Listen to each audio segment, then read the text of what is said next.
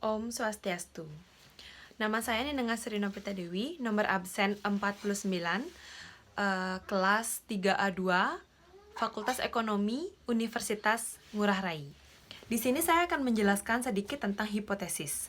Sebelumnya, kita langsung saja kembali kepada pengertian dari hipotesis.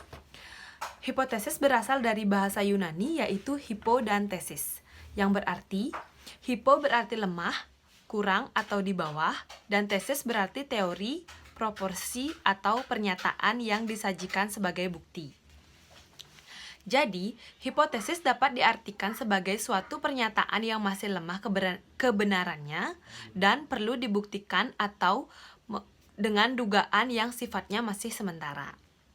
Selanjutnya, pengertian hipotesis statistik.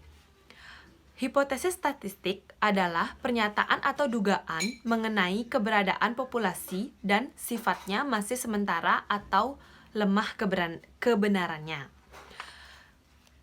Hipotesis statistik akan diterima jika hasil pengujian membenarkan pernyataannya dan akan ditolak jika terjadi penyangkalan dari pernyataannya. Dalam pengujian hipotesis, keputusan yang dibuat mengandung ketidakpastian, artinya keputusan bisa benar atau salah, sehingga menimbulkan resiko. Besar kecilnya resiko dinyatakan dalam bentuk probabilitas. Selanjutnya, kita ke langkah-langkah pengajuan hipotesis. Yang pertama, yaitu ada menentukan formulasi hipotesis. Formulasi hipotesis atau perumusan hipotesis dapat dibedakan menjadi dua jenis, yaitu hipotesis nol atau hipotesis nihil. Adalah hipotesis yang dirumuskan sehingga pernyataan akan diuji. Yang kedua, hipotesis alternatif atau hipotesis tanding dalam kurung H1 garis miring H2 kurung tutup adalah hipotesis yang dirumuskan sebagai lawan tanding dari hipotesis nol. Yang kedua, menentukan taraf nyata. Taraf nyata adalah besarnya batas toleransi dalam menerima kesalahan hasil hipotesis terhadap nilai parameter populasinya. Taraf nyata dikembangkan dengan alfa. Semakin tinggi taraf nyata yang digunakan, maka semakin tinggi pula penolakan hipotesis nol atau hipotesis yang diuji berdasarkan hipotesis nol benar.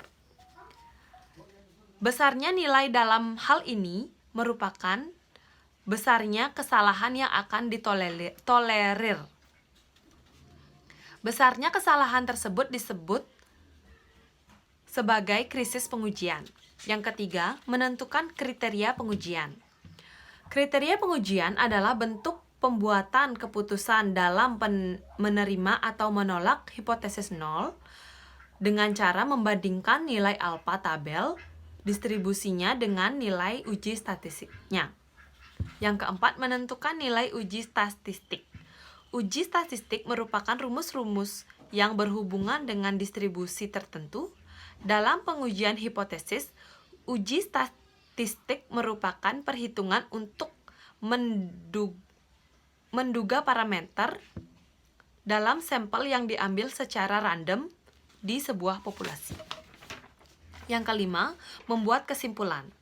Pembuatan kesimpulan merupakan penetapan keputusan dalam hal penerimaan atau penolakan hipotesis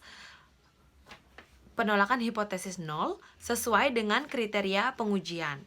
Pembuatan kesimpulan dilakukan setelah membandingkan nilai statistik dengan nilai alfa tabel atau nilai krisis.